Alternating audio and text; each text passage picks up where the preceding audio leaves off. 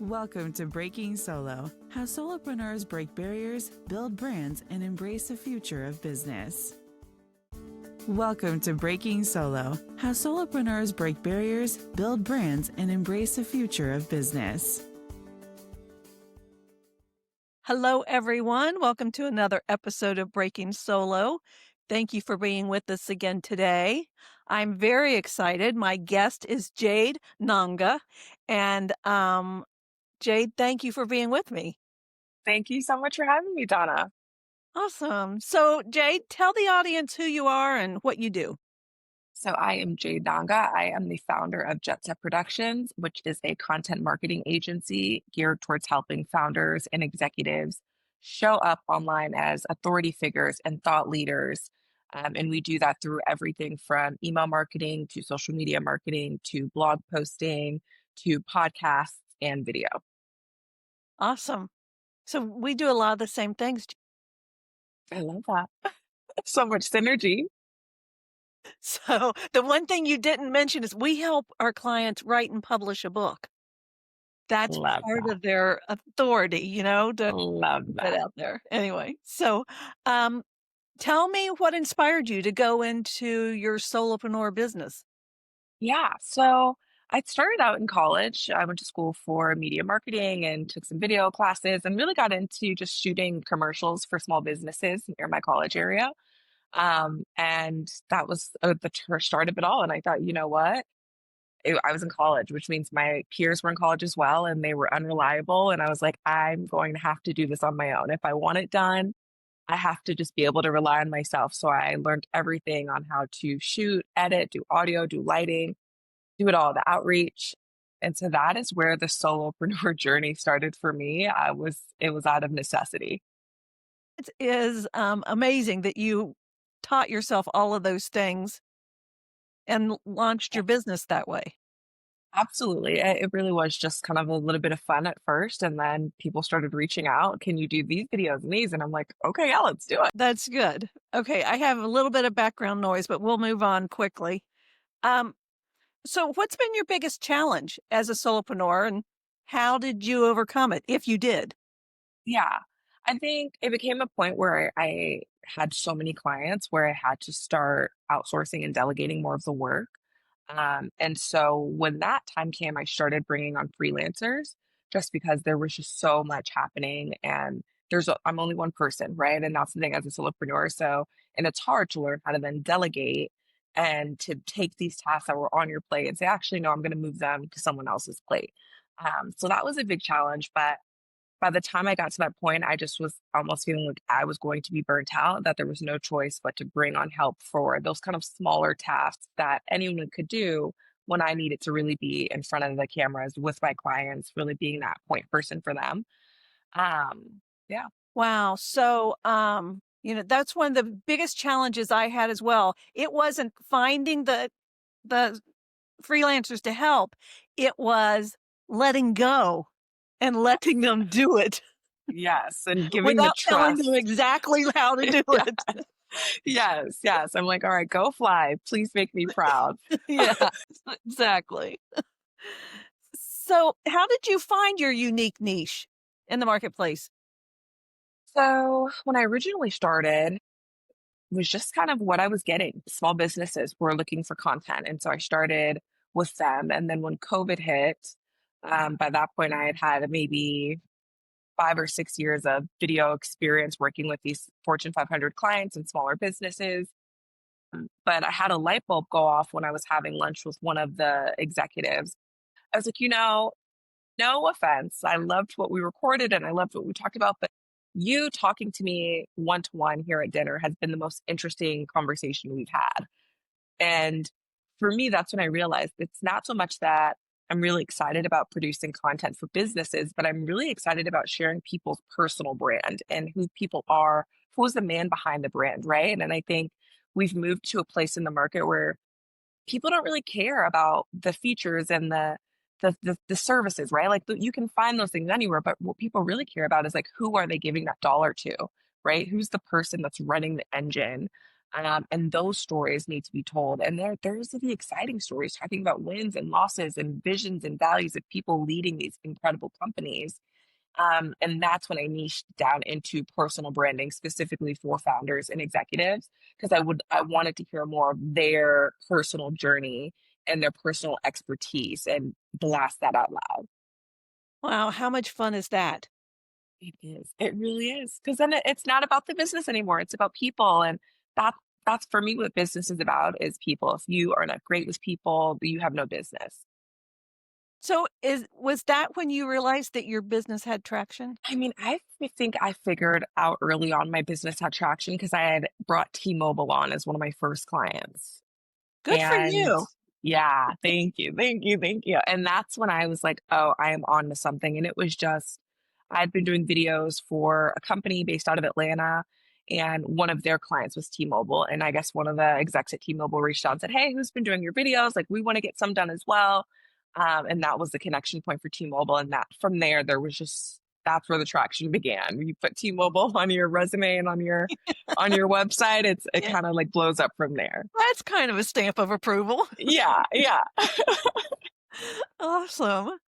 So do you see any industry trends that solopreneurs need to be paying attention to? I think it really just ties into exactly what I do is right. It's that authenticity. I think people need to remember that people prefer progress over perfection. It's not about sharing this end beautiful goal of this business that's clean and perfect and amazing and these content pieces that are, audited to the gods, right? You really do want to be able to show people who you are authentically and genuinely. And whether it's sharing about things you're learning with your children or things you're learning in the business or something a failure that you feel that happened, like what did you learn from it? I think the trend really is people being authentically themselves and sharing their life even when it's not perfect and it's not picture perfect, as some would say.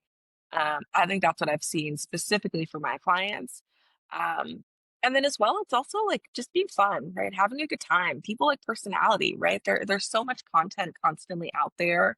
The only thing that's really going to differentiate you is if you're fun and you're genuine and you're sharing cool things. And I think people have taken content so seriously. They think it just has to be super professional, especially executives and founders. And there is a level of professionality that we do keep, but I do think it's Sure. important to show all sides of someone. And that's how you truly build a personal brand that sticks and that people are attracted to. And even being vulnerable, Absolutely. it's okay to share that. People will connect with you even more. Yes, because everyone's going through something. You know what I mean? No one started out perfect. And everyone, sometimes the mess is what really makes you sticky to people, and people are excited to be around you and learn more about you. Yeah. That's really, really good. So, what's one tool, app, or resource that you just can't live without in your business? I would definitely say probably Claude. I have been really big on Claude right now and building projects out for each of my clients that really resonate with their brand of voice and their stories. I'm able to upload our content interviews and extract from that information for to then create content for almost 2 months. Typically, I can go off what I mean, one 30-minute to 60-minute content interview with my clients can get me about 2 months of content without having to follow back up with them. And again, like these are busy people. So the less amount of time that gives the most output is extremely impactful. And Claude has absolutely been that for me. That's really good.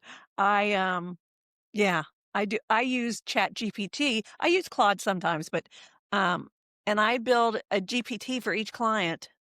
Absolutely. So Absolutely. it makes it easy to create the content and yeah. Yes. Yes. So, do you have any books or courses that you would recommend to the listeners? I'm actually working on one specifically for founders and personal branding because I hadn't, and this was really out of necessity of not seeing really anything in the market that I felt was strong, that at least resonated with the way I am with my clients and what I teach.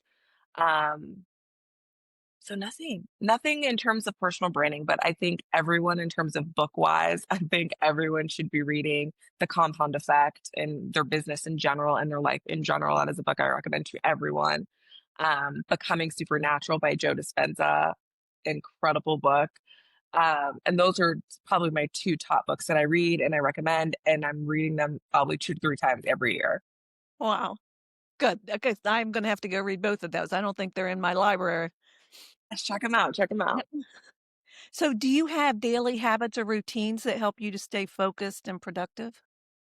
Yeah, I'm really big on time blocking. I think it's important to have work-life balance, especially even if you are your own solopreneur, right? You're like, there's no clocking in, clocking out, but I do think it's important to not burn yourself out and for you to keep that passion alive of why you're doing what you're doing. And I think the best way to do that is by separating your day.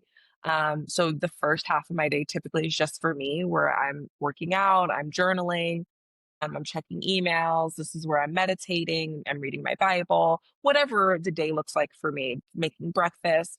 And then that second half of the day is where I really lock in for typically 2 hour stints. And I'm just knocking out content work, checking emails, responding, working with the freelancers, reviewing content, reviewing metrics. That is, I do the in 2 hour blocks and then I take a hour break in between. And then I do another 2 hour block, and I typically have 2 2 hour blocks a day of just dedicated work time. And I'm able to get everything I need done for the day. And so then I can enjoy my evenings and it goes back to being about me. Um, but I'm still not perfect about that. I still end up checking my email at like 8 p.m. and being like, okay, wait, someone said something. I need to respond. But the time blocks of just the dedicated work has been a game changer for me. Yeah. It I find that when you do that type of blocking, that you actually get more done because you're so focused on the activity at hand. Yes. And it's not lasting forever. That for me is what I like. When I know I'm like, okay, it's not my whole day. It's just a little bit of time to get this done. And it's easy. Awesome. Okay, what's one piece of advice you would give someone that's just starting on their solopreneur journey? Stay resilient, right? It doesn't always, like, Rome was not built in a day. Some businesses do take off overnight, others don't, and that's okay. I think the idea behind being a successful solopreneur is being resilient. You keep going, even in the face of adversity, in the face of no's, in the face of failures. But also, I think being able to pivot is also huge, and being open to the fact that your first idea may not be your last idea, and being able to see an opportunity that comes, you learn from it, and then you figure out, okay, now what? What's the next thing from there? And I think that resilience is that, like, it's not doing the same thing that's not working over and over again, but it's being able to learn from what's not working, to pivot, try something else. Okay, pivot, try something else, and continuing that on until you see the success that you'd like. Yeah, great advice. Okay, do you have any exciting projects or launches coming up that you want to share? What's coming up? So I have a ebook coming out, so that will be more in the works, but all that can be found at jetsetjade.com. And that's where I typically have all events. I do host monthly mixers in the Phoenix area. So any Phoenix solopreneurs out there, we'd love to have you and host you. We do women-led content workshops. We have one coming up in January. Our December session just sold out, so we're very excited about that. Um, Things just pop up for me, and and for me, I am a big testament of my own advice. If I pivot, if I have an idea, I go for it. If it doesn't work, great. But I typically keep everything updated on jetsetjade.com. Awesome. Okay. Um, tell people where they can connect with you and learn more. I am on LinkedIn under Jade Nangah. And then you can also email me at jade@jetsetjade.com. And then, of course, you can see anything I have going on in Jetset Productions site at jetsetjade.com. Awesome. And those links will be in the show notes, folks, so you don't have to try to write them down real quick. Exactly. Keep driving if you're driving. Yeah, for sure. Jade, thank you so much. It's been a pleasure having you on the podcast. Donna, thank you so much for having me. It's been an honor. Thanks. Bye, everybody. Hey, if you haven't subscribed or liked or left a review on the podcast, what's stopping you? Go do it now. Now, now, now.